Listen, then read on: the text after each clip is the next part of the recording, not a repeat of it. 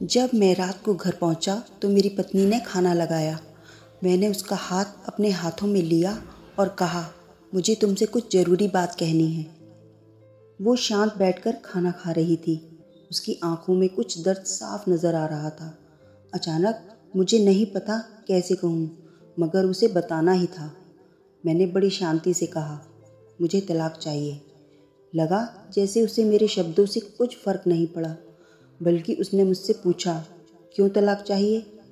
मैंने उसके सवाल को अनसुना किया तो उसे गुस्सा आ गया। उसने चम्मच उठाकर फेंक दिया और ज़ोर से चिल्लाई, तुम इंसान नहीं हो।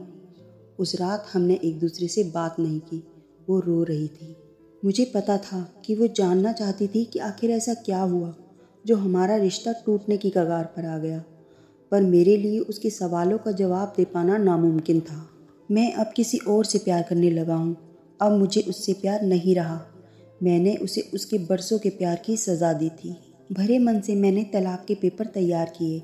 उसमें लिखा था कि वह पूरा घर, कार और कंपनी की 30% शेयर ले सकती है इस तलाक के बदले में। लेकिन उसने उन पेपर्स को देखा और उनके टुकड़े टुकड़े कर दिए। वो औरत जिसने मेरे साथ जीवन के 10 साल बिताए थे, वो आज मेरे लिए अनजान हो चुकी थी। मुझे अफसोस था इन 10 सालों का जो उसने मेरे लिए बर्बाद किए, मगर मैं क्या करूं? जो हो चुका उसे मैं बदल नहीं सकता था, क्योंकि मैं किसी और से अपनी पत्नी से भी ज़्यादा प्यार करने लगा था। आखिरकार उसके सब्र का बांध टूट गया और वो फूट फूट कर मेरे सामने रोने लगी। मेरे लिए उसका रोना एक तरह से उसकी रिहाई की तरह था। तलाक की ये बात जो कई दिनों से मुझे परेशान कर रही थी, अब बिल्कुल साफ हो चुकी थी। अगले दिन मैं घर काफ़ी लेट आया। मैंने देखा कि वो टेबल पर बैठकर कुछ लिख रही थी। मैंने शाम का खाना नहीं खाया था, लेकिन फिर भी मैं सीधे ऊपर जाकर अपने कमरे में सो गया, क्योंकि पूरा दिन प्रिया के साथ रहने और कई जगह घूमने के बाद मैं थक गया था। वो शायद रात को उसी टेबल पर लिखते लिखते सो गई थी। सुबह उसने तलाक देने की शर्तें बताईं। वो मुझसे कुछ भी लेना नहीं चाहती थी। उसे सिर्फ तलाक से पहले 1 महीने का समय चाहिए था। उसने आग्रह किया कि इस 1 महीने में हम दोनों वही पुराना वाला जीवन जिएं जितना संभव हो सके, क्योंकि आने वाले महीने में हमारे बेटे की परीक्षा है। वह नहीं चाहती थी कि हमारे टूटे रिश्ते का प्रभाव उसकी पढ़ाई पर पड़े। मुझे भी यह ठीक लगा, मगर वो कुछ और भी चाहती थी। जैसे शादी के दिन मैं उसे उठाकर अपने शयन कक्ष तक ले गया था, उसी तरह हर रोज़ 1 महीने तक मैं उसे शयन कक्ष से उठाकर मुख्य द्वार तक ले जाऊं। मुझे लगा यह पागलपन है, मगर इन आखिरी दिनों को थोड़ा अच्छा बनाने के लिए मैंने उसकी यह शर्त स्वीकार कर ली। मैंने प्रिया को अपनी पत्नी की सभी शर्तें बताईं। वो हंसने लगी। उसे लगा मेरी पत्नी कितने भी तरीके अपना ले, तलाक होना तो तय है। मेरी पत्नी और मैं किसी से भी इस दौरान नहीं मिले थे, लेकिन उस दिन जब मैं उसे पहली बार उठाकर गेट तक लेकर गया तो हम दोनों काफ़ी अजीब महसूस कर रहे थे। पीछे से हमारा बेटा भी खिलखिलाकर खुश हो रहा था। अगले दिन यह काम थोड़ा सामान्य और आसान हो गया। वह मेरे सीने से लगी थी और मैं उसकी खुशबू महसूस कर रहा था। ऐसा लगा जैसे कई दिनों बाद मुझे ये खुशबू मिल रही थी, या फिर कई दिनों से मैंने उसके होने को महसूस नहीं किया था। पहले जितनी उसमें वो कसाव नहीं था और चेहरे पर कुछ हल्की झुर्रियाँ नज़र आ रही थीं और बाल भी सफ़ेद होने लगे थे। ये वही औरत थी जिसने अपने जीवन के 10 साल मुझे समर्पित किए थे। चौथे दिन जब मैंने उसे उठाया तो वो पुराना रोमांच लौटने लगा था।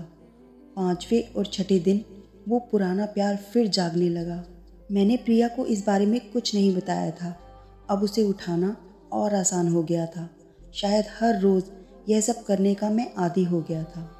एक दिन वह अपनी पसंद की साड़ी निकाल रही थी, लेकिन कुछ खास ढूंढ नहीं पाई। उसने सांस भरते हुए कहा कि उसके सारे कपड़े बड़े पड़ने लगे हैं। तब मुझे पता चला कि वह काफ़ी दुबली हो गई है और इसीलिए मैं उसे आसानी से उठा पा रहा था। मेरे दिल को एक झटका सा लगा।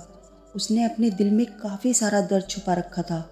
पता नहीं कैसे मैं आगे बढ़ा और उसके सिर को छूकर देखा। अचानक हमारा बेटा आया और बोला कि पापा, ये तो मम्मा को उठाकर बाहर ले जाने का समय हो गया है। उसके लिए अपने पापा द्वारा मम्मा को इस तरह उठाकर ले जाते हुए देखना जीवन का एक अभिन्न हिस्सा बन गया था। मेरी बीवी ने हमारे बच्चे को बुलाया और जोर से उसे गले लगा लिया। मैंने अपना चेहरा दूसरी तरफ कर लिया। मुझे लगा कहीं मैं अपना निर्णय न बदल लूं। मैंने अपनी पत्नी को रोज़ की तरह उठाया और बेडरूम से सिटिंग रूम होते हुए हॉल तक लाया। उसने प्यार से अपने दोनों हाथ मेरी गर्दन के आसपास रख दिए। मैंने उसे जोर से पकड़ रखा था, बिल्कुल हमारे सुहागरात की तरह। मगर उसका इतना कम वज़न मुझे परेशान कर रहा था।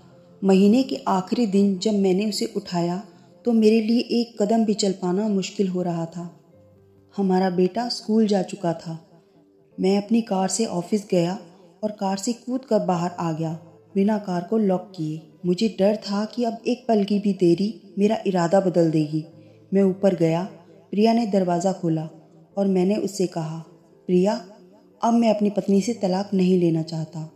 उसने मुझे देखा और मेरे सिर पर हाथ फेर कर कहा, तुम्हें बुखार तो नहीं है?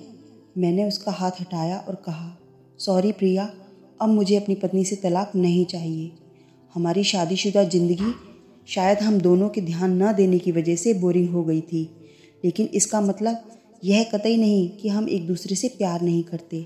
अब मुझे एहसास हुआ है कि जिस दिन मैं उसे शादी करके अपने घर लाया था, उस दिन से जीवन के आखिरी दिन तक मुझे उसका साथ निभाना है। प्रिया के होश उड़ गए।